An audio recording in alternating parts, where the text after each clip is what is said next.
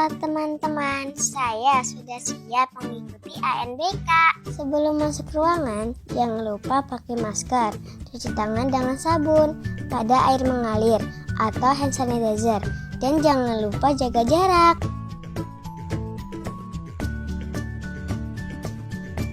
Teman-teman, mengenal perangkat yang digunakan dalam ANBK yuk. ANBK ini menggunakan komputer atau laptop yang bagian-bagiannya. 1. Ini adalah monitor untuk menampilkan hasil proses dari komputer dalam bentuk teks, gambar, ataupun video secara visual.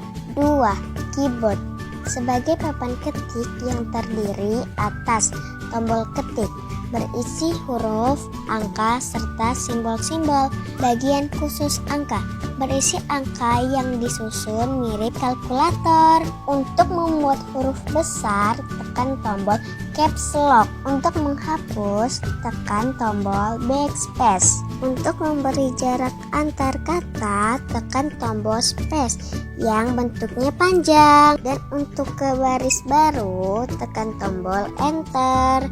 3. Mouse untuk mengarahkan posisi kursor atau petunjuk tombol di monitor yang terdiri atas 2 tombol dan 1 roda. Klik tombol kiri untuk memilih, klik tombol kanan untuk memunculkan menu lainnya, dan roda untuk menaik turunkan halaman.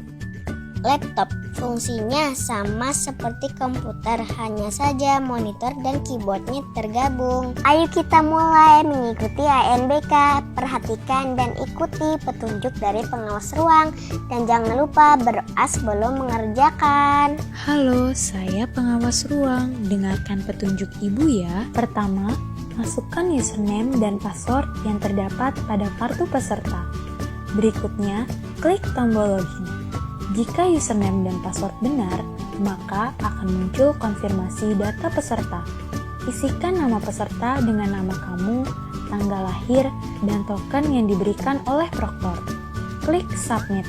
Jika data yang diisikan benar, maka akan muncul halaman konfirmasi tes.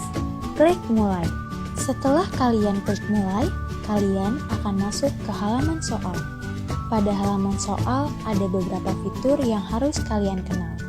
Yang pertama, di pojok kiri atas ada nomor soal.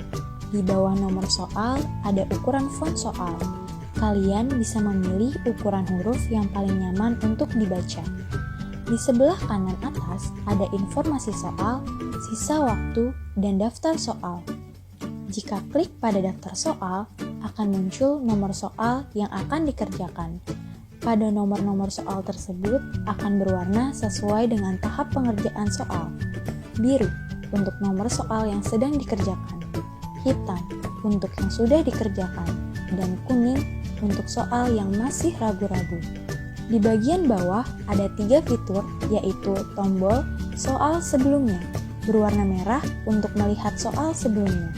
Kemudian ada tombol ragu-ragu berwarna kuning untuk dipilih jika masih ragu-ragu dengan jawaban.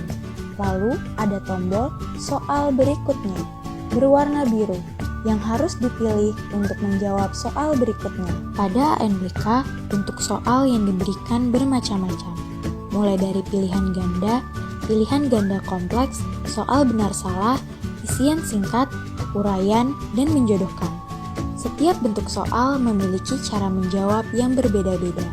Jika muncul bentuk soal pilihan ganda, kalian bisa memilih satu jawaban yang menurut kalian benar dengan cara mengklik jawaban tersebut. Jika muncul soal pilihan ganda kompleks, kalian harus memilih semua jawaban yang benar dengan cara mengklik jawaban-jawaban yang tepat. Jika muncul soal benar salah, kalian bisa memilih jawaban benar atau salah sesuai pernyataannya. Jika muncul soal isian singkat, kalian dapat menjawab dengan mengetik jawaban pada tempat yang tersedia. Jika muncul soal uraian, kalian dapat menjawab dengan mengetik jawaban pada tempat yang tersedia.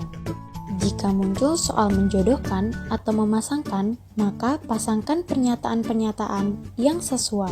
Selain soal dalam ANBK, kalian juga akan mengisi angket survei karakter dan survei lingkungan belajar. Pahami dan baca pernyataan yang diberikan, lalu pilih jawaban sesuai yang dialami. Setelah kalian menyelesaikan semua soal dan angket dalam ANBK ini, akan muncul halaman konfirmasi. Pilih selesai tes jika semua soal sudah terjawab, atau kembali jika ada soal yang belum terjawab.